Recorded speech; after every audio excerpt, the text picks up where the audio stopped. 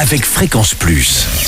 Surprenez votre famille et vos amis grâce au grand chef de Bourgogne-Franche-Comté. Cette semaine, je suis à Nozeroy dans le Jura, toujours en compagnie du chef Stéphane Dournel dans les cuisines du restaurant Le Relais Médiéval. Bonjour chef. Bonjour Charlie. Ah, vous m'avez pas loupé aujourd'hui. Bon, très bien. Alors, 4e épisode, une première recette, le filet de truite. Deuxième recette et plat, c'est un bœuf en guise de venaison d'ours. C'est une spécialité de la maison? Alors oui, on peut dire ça comme ça, mais c'était surtout une spécialité au Moyen-Âge. Ah oui. Quand on n'avait plus de viande d'ours à l'époque, on prenait... Parce qu'il y avait des ours autour de Nozeroy. Oh là là, pas forcément à Nozeroy. D'accord. Mais dans les régions, les forêts autour. Et vous avez récupéré une recette en cherchant Moi, j'ai beaucoup travaillé avec le musée archéologique de Lons-le-Saunier, entre autres. D'accord. Alors, qu'est-ce qu'il nous faut pour ce bœuf en guise de venaison? Parce qu'on n'a plus d'ours, donc forcément, on a pris du bœuf à la place. Et bien également, comme eux, à la place de l'ours, ils prenaient du bœuf et le cuisinaient de telle manière pour obtenir une sorte de viande d'ours. D'accord. Assez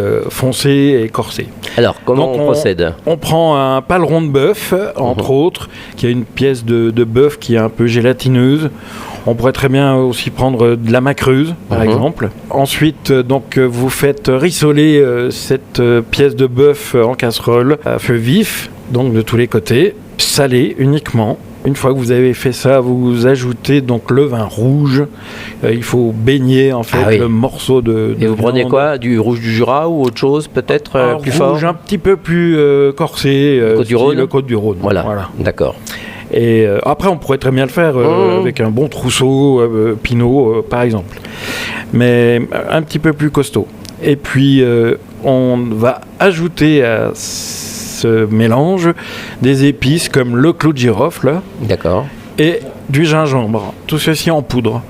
On peut y aller copieusement. Oui, que ça épice bien, qu'on sente bien. Voilà. Et vous laissez mijoter pendant près de 5h30, 6h. Oui, on peut le laisser la nuit alors presque.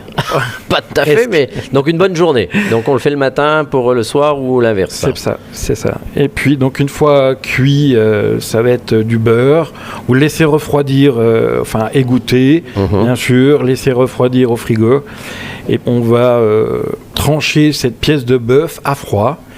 Les entames ou les petits morceaux, vous les rajoutez à la sauce que l'on va mixer pour donner une petite épaisseur, un petit liant à la sauce. Et vous arrosez après au chaud.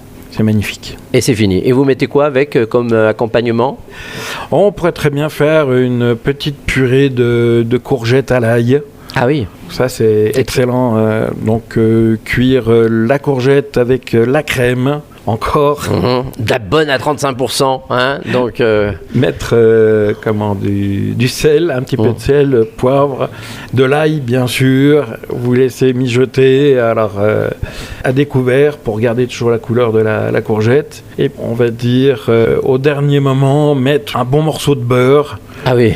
Du beurre de Nozeroy. Ouais, parce que ici on fabrique le beurre à Nozeroy. Il faut quand même le dire. Il y a une grosse fabrique de beurre qu'on trouve dans toute la région et dans tout le Jura et même au-delà. Très bien, merci chef, merci Stéphane Dournel ici dans les cuisines du restaurant Le Relais Médiéval. Vous le savez, cette semaine, vous aussi, vous pouvez gagner un menu pour 2 personnes au restaurant Le Relais Médiéval. Vous envoyez papille par SMS dès maintenant au 7 14 15, papille au 7 14 15. Alors bonne chance à tous pour le prochain épisode et dernier épisode. On se retrouve cette fois-ci avec le dessert, une glacière aux noisettes. Et d'ici là, chouchoutez vos papilles.